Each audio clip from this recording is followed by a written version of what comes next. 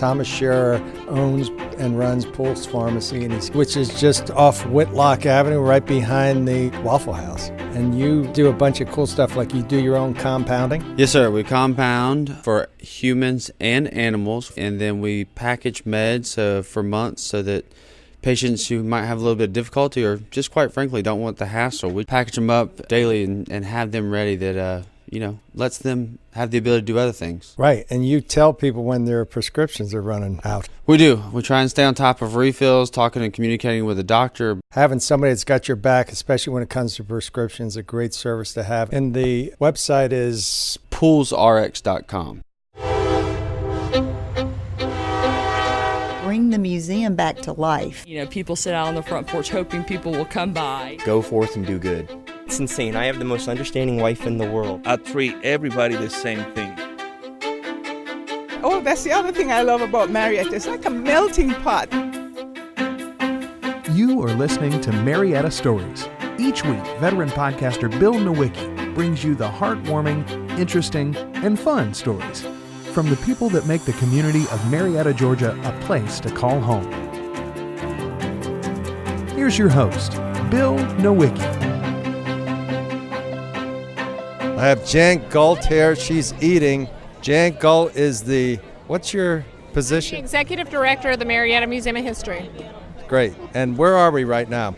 We are on the Marietta Square, sitting on North Park Square in front of the Strand Theater. And it's a Friday night. Glover Park Concert Series.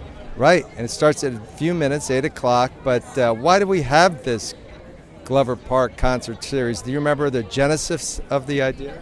I know there was a group of people talking about ways to get people to downtown Marietta to enjoy the beautiful square and the beautiful Glover Park after the renovations in the 1980s. And I believe it was Beverly McAfee that spearheaded a movement to have concerts and free music on the square. Spearhead is a great analogy for Beverly McAfee, and she's on this episode of Marietta Stories, so you're going to have to check it out. Awesome. Great. Check that out. All right, you can check out the Marietta History Museum at www.marietta. You don't have to say www anymore. Heck okay, no. MariettaHistory.org. Yeah, I'm trying to get us up to speed with. Well, and we are a .org because we're a nonprofit organization, but that's where you find out our information. You can also follow us on Facebook, Twitter, and Instagram.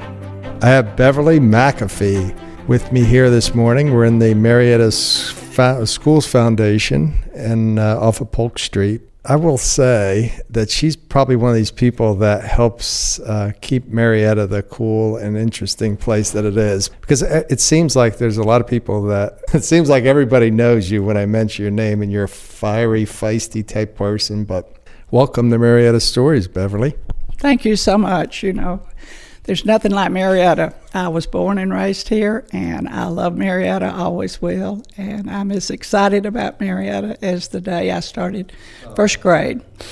Really? So where did you grow up? Where did you live when you grew up? When you were growing up?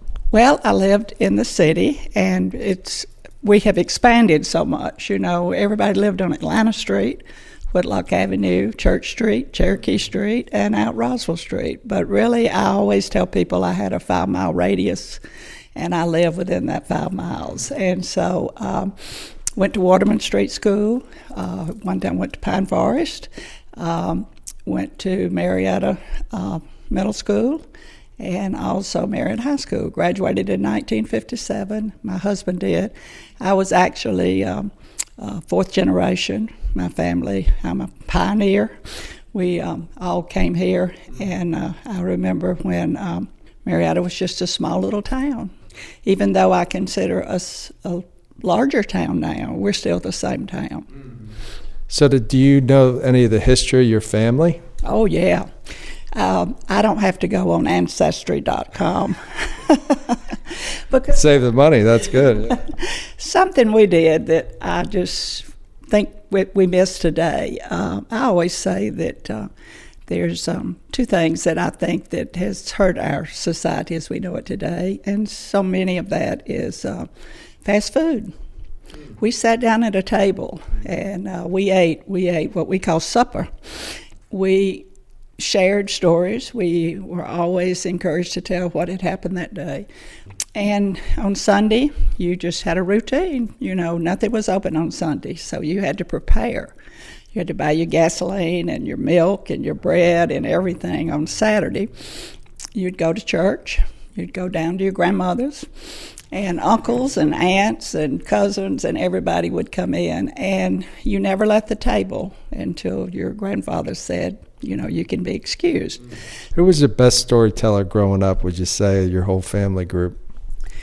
I think my granddaddy was. He only had a third grade education. My grandmother was one of the first honor graduates at Marietta High School back in the 1900s. And then to go to Marietta, because they lived out in East Cobb, which was the country then. So you had to come in and actually live with someone who lived in the city to come to the school. So she was a boarder, really. But Fuller's District is named after her family. And then Paper Mill Road was another thing. There is an old mill there at Soap Creek that was a woolen mill that was owned by my ancestors. And so when we had the Civil War, they turned it in, made uniforms for the soldiers there. But we just heard story after story after story. And I've always been interested in a story. So can you remember one of your favorite stories growing up that you were kind of asked to be retold? Yeah, I can remember that because, I've always believed that we were put here for a reason, that we're supposed to give back and help other people. I'll never forget, my dad bought my mother a brand new station wagon, and we were going somewhere out in the city, and this guy ran a stop sign. And when he did, he hit my mother's car, and so we all got out. No one was hurt. And his wife said, please, don't call the police because he's been drinking. I don't know what we'll do. We have 3 children. So my dad said, I was thinking about this. I've got a good friend that's owns a body shop. Let's just take both cars in and have them fixed. My dad hired that guy. He worked for him for 14 years. And we always said their kids went to better colleges than most of us did. So you live by example. And so I do think that Marietta, I've never, and I do ask for a lot of stuff. People, when they see me coming, they cross the street. But it's always for a good cause, and we have the most generous people in Marietta. But, you don't have enough time for me to tell you the stories. Well, I don't know. Maybe we'll do a few episodes, like one a week or something, or one every other week. But so the Civil War part of it, what did you take away from that whole experience, at least from your family's perspective? What I took away is you had an asset there, and there was a cause. And so basically you just stepped forward and you did what you had to do to keep this a better place to live, keep this country a free place. I'm really not political. I love people. I love a campaign. I love this. But you know what? I got friends on both sides. I never burned my bridges. Because it does sound like that whole upbringing you had really influenced the rest of your life. And so you went to high school. What happened after high school? Or what was important about high school? Let's stop there for a second. What was important about Marietta High School? What was your feeling when you were here? Well, I was not the valedictorian. And I was what you'd call a C student. But let me tell you, if anybody wanted to win a campaign, if anybody wanted to raise money for this, I was the one. I love school. I love my teachers. Best friends. I met my husband in the 10th grade. We both graduated in 1957. Like I said, my grandmother, all of my uncles and aunts and siblings and everybody graduated from Marietta. So we went to Marietta. I want to say maybe I enjoyed more the social part. It's special. It's still special. And my goal today is I want every kid that walks the halls of Marietta to graduate from Marietta and go on to their ability. And, we're fixing to have the groundbreaking for the College and Career Center, so we will find out that the ones that want to be a plumber or whatever, and, we've changed in education.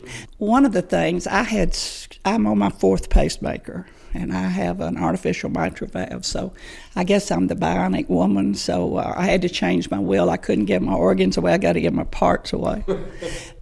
The thing about that, when I had scarlet fever when I was about 5 years old, and that's what caused some of my heart problems. But we lived on Atlanta Street, and we had a house that we had a bedroom downstairs. So they put me in the bedroom downstairs, quarantined. They'd come put a red poster on your house, and it said quarantine, which meant nobody was really supposed to pass out anything. But all of my family knew they had to entertain me, so they gave me all of this stuff. Well, all the kids were playing in the neighborhood, and I decided I'd open up a store. So I raised the windows, and all of the contaminated things that I had, I sold to the kids. My mother said she thought they were going to run us out of town. But I remember when we had one policeman, Pop Jolly. He didn't carry a gun. I remember when we had blackout. Sounds like Mayberry. Maybe. Well, Marietta was Mayberry. I was born at the old Atlanta Hospital. And, when everybody walked to town and went to the store, there was a store called the Big Star, and we went to the store. But your mother and them left you at the square, and you played, and they came back, to get you. We had a meat market, we had a bakery, we had a store, and everybody came to town and paid their bills. The gas company was on the square. So I don't know. I don't know that I have ever had a bad memory. I'm like everybody else. I've had ups and downs, and people don't realize how important an extended family is. And that's our problem, I think, some today, because, people move around. They live here, they live there. We're so busy, and community is so hard to create and sustain. But it seems like here we do have that community feeling still. Well, we have the square, and I do think that the square, I was asked to co-chair the 150th anniversary of the city of Marietta, the sesquicentennial, and Don and I had been up north and to a New England town, and had on a Friday night they had a concert. And so one night I saw that on television after that when Bob Flanoy, who was mayor then, asked Patsy Dupree and I to do that. So we did, and I said, we're going to have a concert. So the concert started, and now there are thousands of people. And, all of the other cities have them too. One of the things that my husband always said, please don't tell her she can't do it. I was brought up to never think that anybody was better than me, but to never think that I was better than anybody else. When I had the idea or the calling to start the mentoring program at Marietta, they were going to make me business cards. And they said, what do you want on the cards? And I said, well, just put streetwalker, because I do my best work on the streets. And I do. I love the people. I always keep a 5, a 10, a 20, 100, or whatever in my pocket, because, there's always somebody that needs something. And you don't make a big deal out of it. You just shake their hand or put your arm around them, and all of a sudden it disappears and it's there. And I have people that say, why do you take jackets up to the square and leave them on the fountain when it's cold? I just do it because I know I'm supposed to do it. My church, the First United Methodist Church. I know all about it. I've heard from Governor Barnes and everybody. Well, my mother, when I was 6 months old, brought me to the church. I was baptized there. That is my church. I love that church. I feel like something's wrong if I'm not there every Sunday. I've been accused of trying to tell the preachers how to preach, but I really don't.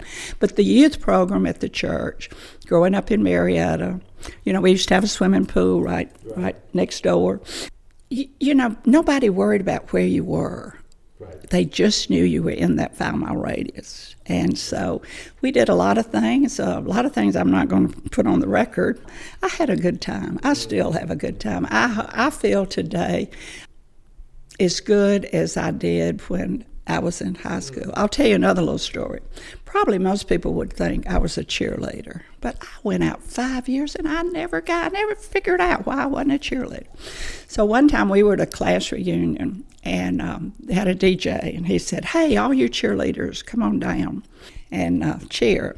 And there wasn't a whole lot of cheerleaders there. So I raised my hand and I said, "If you never was a cheerleader, but you know all the cheers, can you cheer?" So I waited a long time, but I got to be a cheerleader. I mean, there's a lot of changes going on. I mean, desegregation happened, and the whole football team and the high school championship that they won. What was that like? You know, it seemed like Marietta avoided a lot of the issues that had happened in other small cities and towns around the South.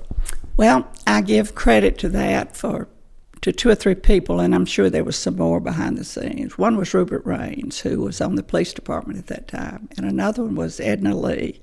Edna was the principal of the high school then, and she was my principal. She loved people. Edna did so many things that nobody knew. Some of the kids thought she owned Johnny Walker's and just had a lot of tuxedos laying around, because she would find out that a kid couldn't go to a prom or something, and she would use Lonnie Love, who was at the school, who's a dear friend and did so much for so many, and they'd get to go. She loved people. She didn't care what color they were. She didn't care where they came from. We used to go to the Lemon Street football games because they always had a better band than we did, and they had a better football team. All we want is everybody to share the same values, you know, to behave, to do whatever, and to succeed and excel in what they do. I'll tell you a little story about Edna Lee. She was my principal, and I really knew some of the things that she had done for so many. So when she announced she was going to retire, I said, we're going to give her a party. We're going to celebrate what she has done for so many. And she did get us through the civil rights movement and everything. So I started a campaign. I said, and so. Started street walking. Yeah, I called my best friend, Patsy Dupree. I knew between she and I, we could make it happen. So I said, you know, we don't care who Mr. and Miss MHS was. We don't care whatever. We're going to start a campaign, and we want to know who is available, who we can get in touch with. So I get my friend Rupert to go down. I said, we're going to buy a brand new car. We're going to surprise her, and we're going to give her a car. So we go down to Ed Voiles because she loves Oldsmobiles. And so we met with him, and I said, Mr. Voiles, we want to get her a car. Now, I know you'll give us the best deal going, and this is what we want. We want a 98 blue top, white with a navy blue top, Marietta's colors. They put everything on it we can put on it because she's been so special to so many people. He said, well, how much money have you got? I said, well, we got about $1,600, but don't worry, we'll have it. And he said, do you know what a car costs? I said, oh, no, Marietta will buy our car. He said, well, let me tell you what I'm going to do. I'm going to get an 88, and I'll put it beside the 98, and I just don't believe you're going to get the money. I said, but Mr. Voiles, you don't understand. I didn't say she was the second best teacher I ever had. I said she was the best teacher. We're getting that 98. So I said, so I hope you can sell the 88 to somebody. But anyway, so they had a big fence up, you know, around the cars and all. They had it on the back lot. So at 11 o'clock at night sometimes I would tell my husband I had to go to the post office to see how many checks we had. And I'd go down to Ed Voiles and I'd climb that fence. And I'd go look at those 2 cars. Well, back then, the 88 was the only one, if you touched the door handle, the light came on. And that's all I needed. So I'd jump back over that fence and say, who said we can't get that 98? So we gave her a party at the Marriott and talked the Marriott into letting us drive this new Oldsmobile in. The floor they had just recarpeted. Patsy and I signed a note that we'd be in jail today because there's no way we could have paid it, that if any oil got on that, we'd replace the carpet. We had about 600 and something people there. People told stories of what she meant to their life. We had a scrapbook, and in the scrapbook, people wrote letters and all, and Patsy and I would sit and cry sometimes of what she had meant to so many people's lives. It's what I took from her. I felt like we gave back. I'm sure you had struggles trying to get the money. Did you have to twist some arms? Oh, no. You see all these Olympians that are in this room today. We didn't even have all the Olympians. Patsy and I just poured through the Olympians, and we'd say, oh, so-and-so. We need to send them. So we'd call them or we'd write them letters. Letters came in, and I'm not exaggerating, from all over the world that said, yes, here's $100, here's $50, here's $10. We didn't care who gave what. All of their names was listed alphabetically. She had to be proud. She dedicated her life. And, yeah, we went through some bad times.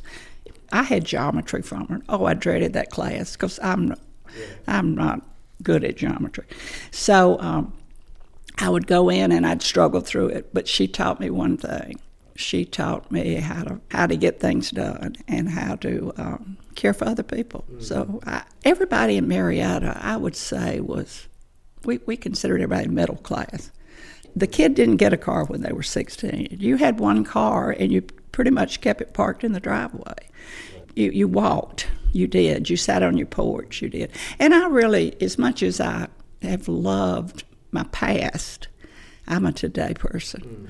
I love today. I never know what project I've got, what I'm going to do, but I don't like to say no. So let's jump ahead to the Marietta Schools Foundation. Talk about that and how it got started and the kind of work you're doing at Marietta High School. I got to talk to some of the real estate agents at Johnny Walker Realty. One of them was Shannon Van Horn, and this is what she had to say about working with Johnny and Carrie.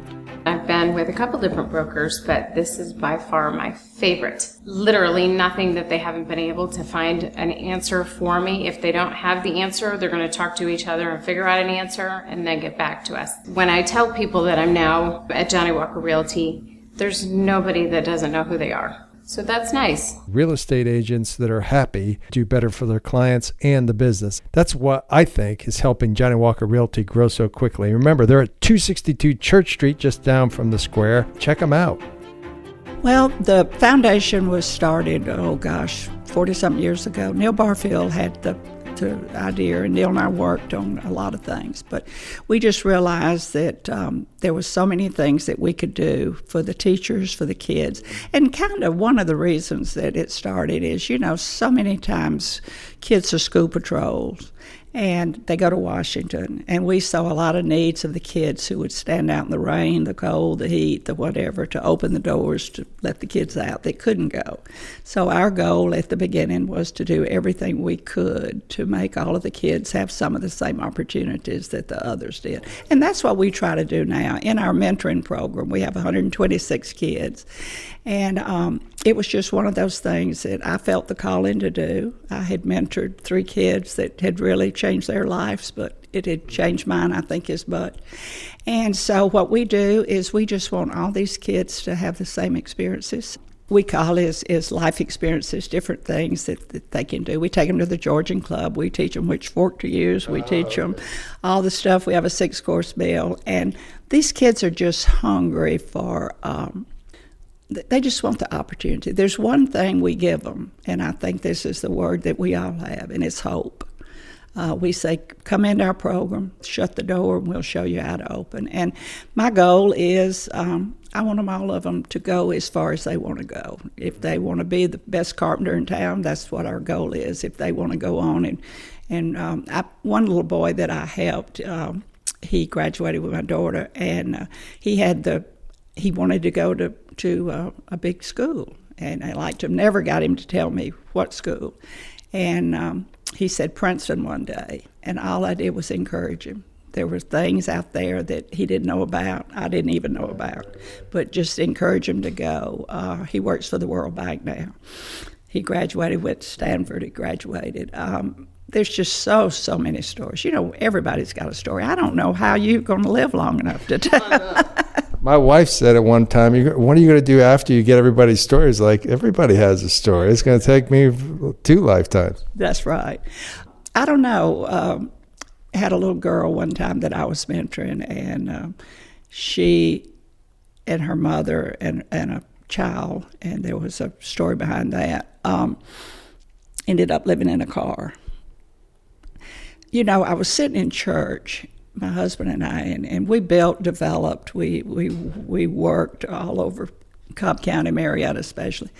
And I thought, now's probably time for us to retire. We're in our 70s, and we've done all this. Let's let somebody else do it. And so I was sitting there, and I kept thinking maybe I'd get me a tennis racket and a bridge table, because I have a lot of friends that, they just do that, and I think it's wonderful. But I don't play those kind of games. I play the game of life. Anyway, I was sitting there, and I just my preacher was preaching that time of series, You Feel the Nudge. And I felt the nudge, and I kept thinking all these kids kept coming back. So I don't know, it was something that I'm pretty good at talking other people into an idea that you got. But a lot of people have been thinking about that. Well, I love this story. I don't know if you don't want to share it, I'll take it out later. But the story about how you turned the area by the United Methodist Church into a park, and you got some pushback from folks. If you want to share that story. Oh, no, I can share that. My preacher still laughs, and I think one of his last sermons, he kind of preached about this. We have more property than any church around. We have 14.5 acres. Charles Sineth was the preacher then, and he called me one day, and we've been trying to get some of this property, and he knew maybe I knew some people, so he called, and we bought the warehouse first, which is being turned into the city market. We ended up selling that piece. But anyway, we bought the piece where the park is, and so it just kind of lay there for several years. But years before, I had a friend of mine to say that she would actually give the money to build this pavilion, which is exactly the one that we built. But I couldn't get anybody in the church interested in it. So one day they appointed me. We were having our 175th anniversary, and I was walking up the steps to my last council meeting, and I thought, oh, nobody's asked me to do anything, but that's okay. I'm going to go have fun. And so they mentioned that it was our 175th anniversary, and someone said, well, I guess we need to do something, and we need a chairperson. And so someone said, Beverly will do it. She did the concerts on the square, and I said, yeah, I'll do it. So I tell, and a lot of people look at you like, you're losing it, but walking down those steps, I just already had the park. I just knew. God just kept pouring stuff into me.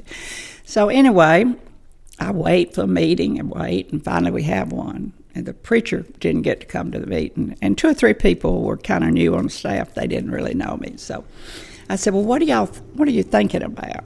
What's Dr. Matthews thinking about? And they said, well, he's got a real good idea. He thought he would put refrigerator magnets in lapel pins.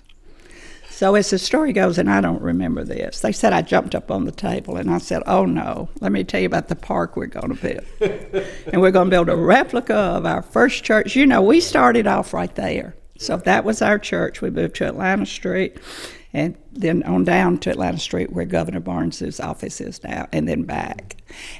They said, so I was called to Sam's office, I think, twice, and he said, don't go there. It's 2008, the economy's bad, and you'll never raise the money, and you're going to have to self-fund. I said, I'm not worried about that.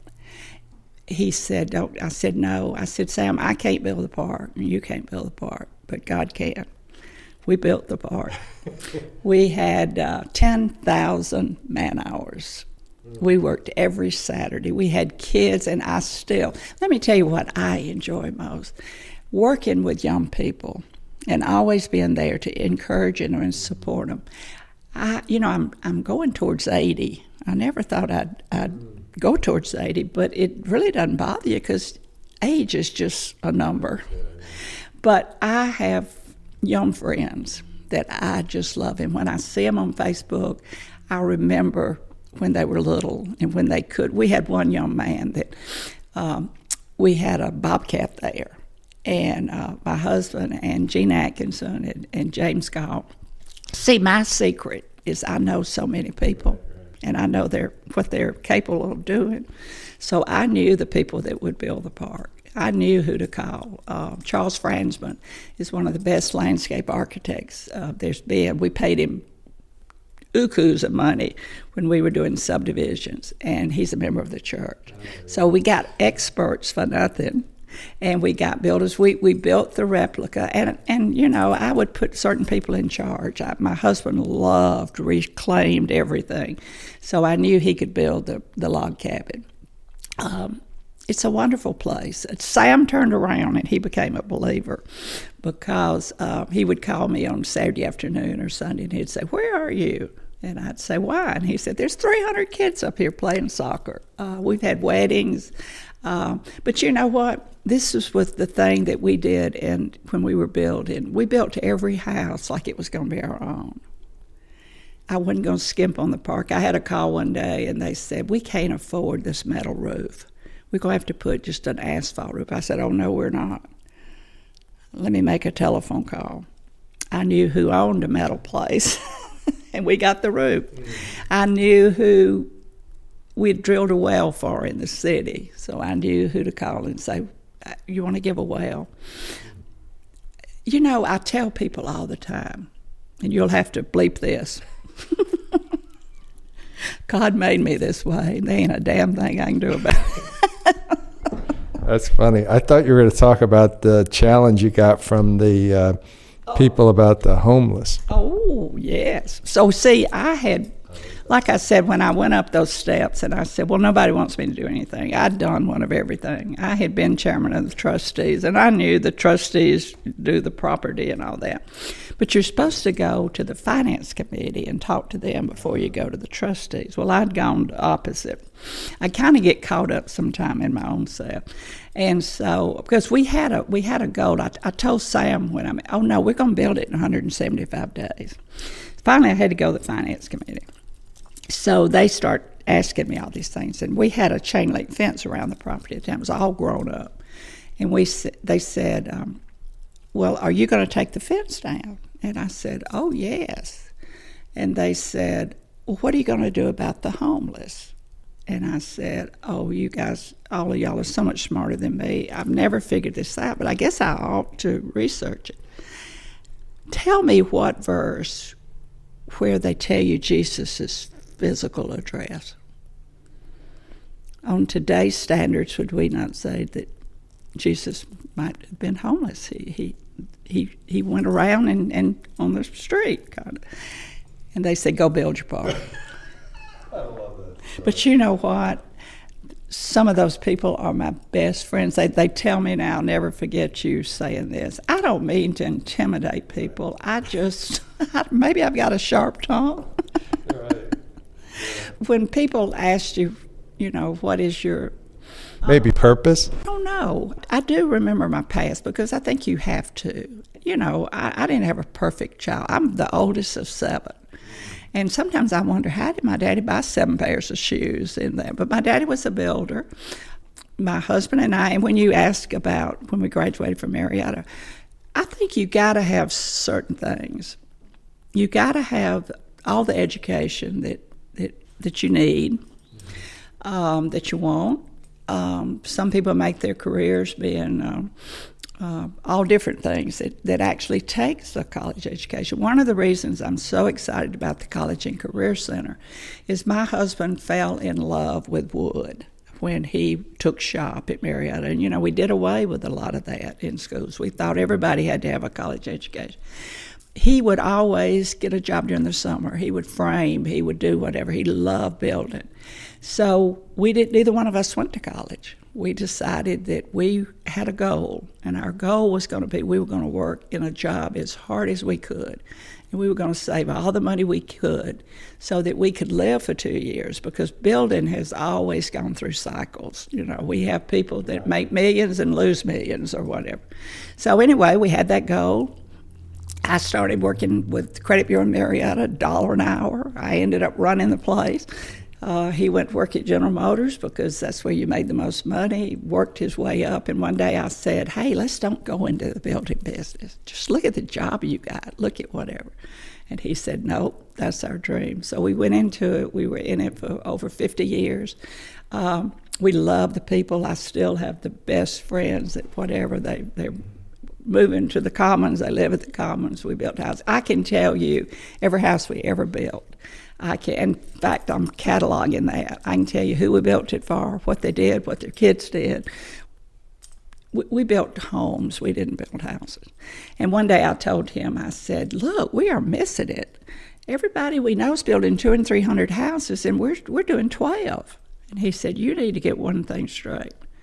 I don't want to be the biggest builder. I want to be one of the best. And when they tore down the Methodist church and the old courthouse, Don would go in and buy timbers and stuff. So most of the houses that we built have some of the timbers or the mantle or something. And, we've done so many things. We built pallet skids. We had that.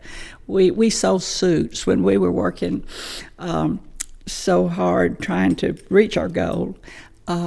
We would meet at the Big Chicken with this friend of ours who had a fraternity brother, and we would drive up 41 to Soddy Daisy, Tennessee, on the other side of Chattanooga.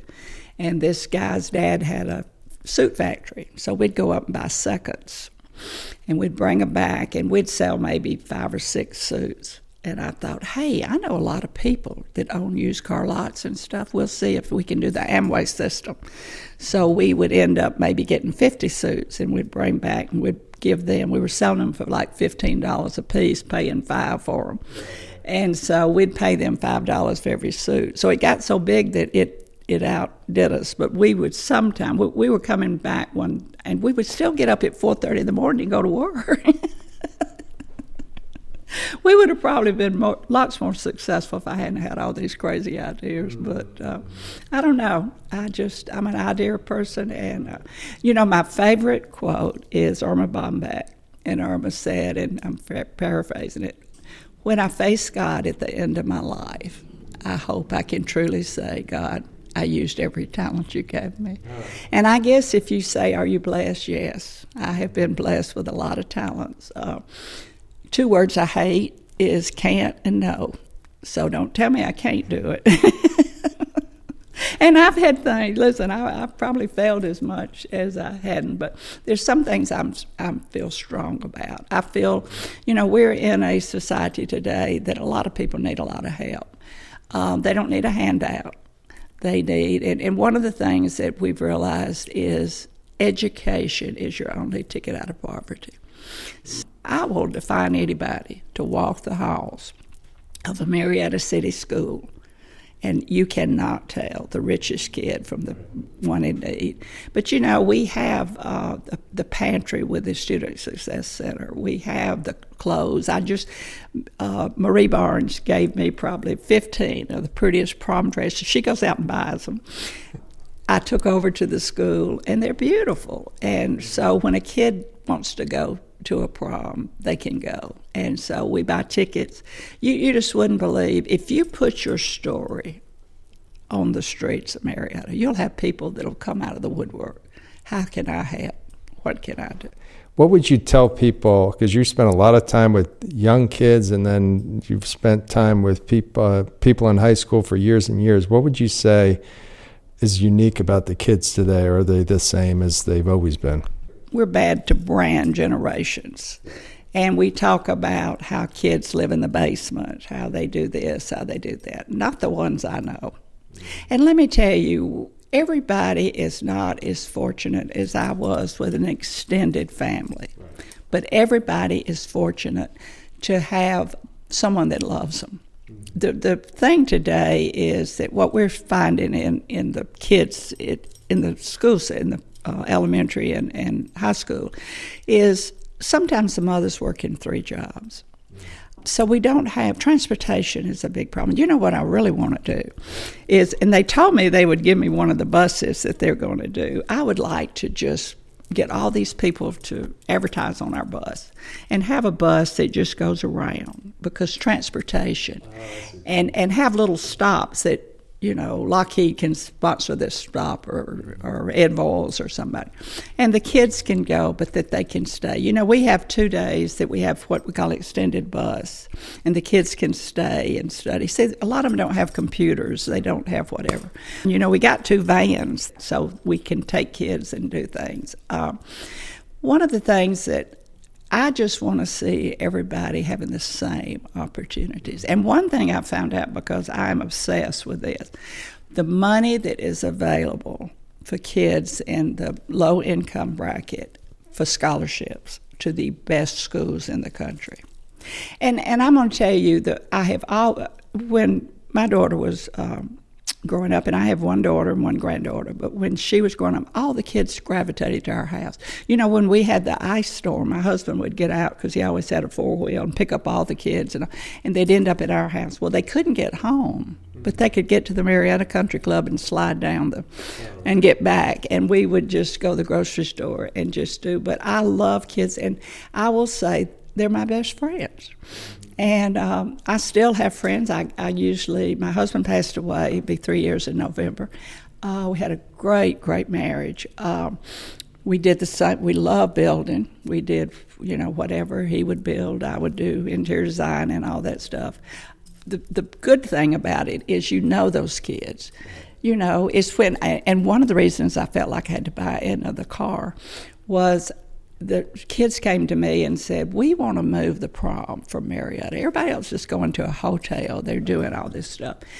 And will you help us? So we met with the school board. We met with Miss Lee. We met with everybody. And they would say, oh, no, you cannot do this. The kids will get killed on the 4-lane. I said, they go the 4-lane anyway. They end up at the varsity at 2 o'clock in the morning. So I led the charge and we moved it. Now, have you ever thought you won the battle, but you lost the war? Then I was petrified. I thought, oh my gosh, how are we going to do this? So we rented the Hilton. Butch Thompson, his daughter was in the class, and they had started some kind of little facade of a mansion for some charity something. So I found out about that, and so my husband and Butch and all, we stored it in our barn and we added on to it. So we went down to the Hilton and we had a mansion. I taught Pike's Nursery into lending us 2 truckloads of shrubbery. We decorated all that. I taught Bob Prilliman into, he was with Austell Box Board at the time. We made special boxes. And the young man said, my mother cannot, he was being raised by grandmother. She can't do be the chairperson because there were so many traditions in marriage. So we all chaired it. We didn't have a chairperson, and that's how I got such a close relationship with him. But we went down. We had one of the best balls it was. We are cars and everything. We had a car that I wanted to pull in. Dr. McKinnon had this cute little car, and it wouldn't go through the doors. So they told me we couldn't have it. And I said, oh, no. If enough of us will pick it up, we can get it through the door. So we picked the car up and got it through the door. Don't say no. Looking at yourself now, I won't share your age, but you can look back. What would you tell the 20-year-old Beverly McAfee if you had a chance? I tell them this every day. Always give back more than you take. And young people keep me straight sometimes, especially my granddaughter. I'll say, I am so upset with so-and-so because they didn't do this. And sometimes it might be a mother raising those kids, and she'll say, Mimi, have you ever worked 3 jobs at Waffle House? So sometimes you put yourself in, you thank God every day for the blessings, but I just can't imagine people not being so excited about the next generation and the next generation and the next. And live on your past, whatever it is. We all, like I said, have a story to tell. But always build for the future and always love what it is you do. I've never been to work a day in my life. I mean, Neil Barfield called me and said, hey, we got this building, let's do it. I couldn't wait to get down here with the inside. Hap McNeil gave him the money to do the outside. So, it's just, and let me tell you, one of my best assets in life, I can never be fired because I've never got a dime for anybody. I'm free labor. Yeah, there you go. Yeah, it's hard to get rid of volunteers. I really appreciate your time, Beverly. I know you have 1,000 more things we could talk about, but maybe we can do another episode. What is it called? The Student Success Center at Marietta. We have our mentoring program. And we're building a $13 million college and career center. And all of these industries are so excited about it. So it is. This is truly exciting. So let's make a time where we can talk more in depth about what you have going on and what's available for people here in Marietta and the kids in school. And, you know, I've always said that education's there if the kids want it and the parents demand it. So my education, I couldn't be more educated. And maybe I'm educated on the streets, I don't know, but I'm educated. All right, thanks again. Thank you. I don't know about you, but I really love that episode. Thanks again to Beverly McAfee. Check out next week's episode of Marietta Stories Podcast. Tell a couple of friends about the show. You can listen on the Apple Podcasts app, Stitcher, or wherever you listen to your podcasts.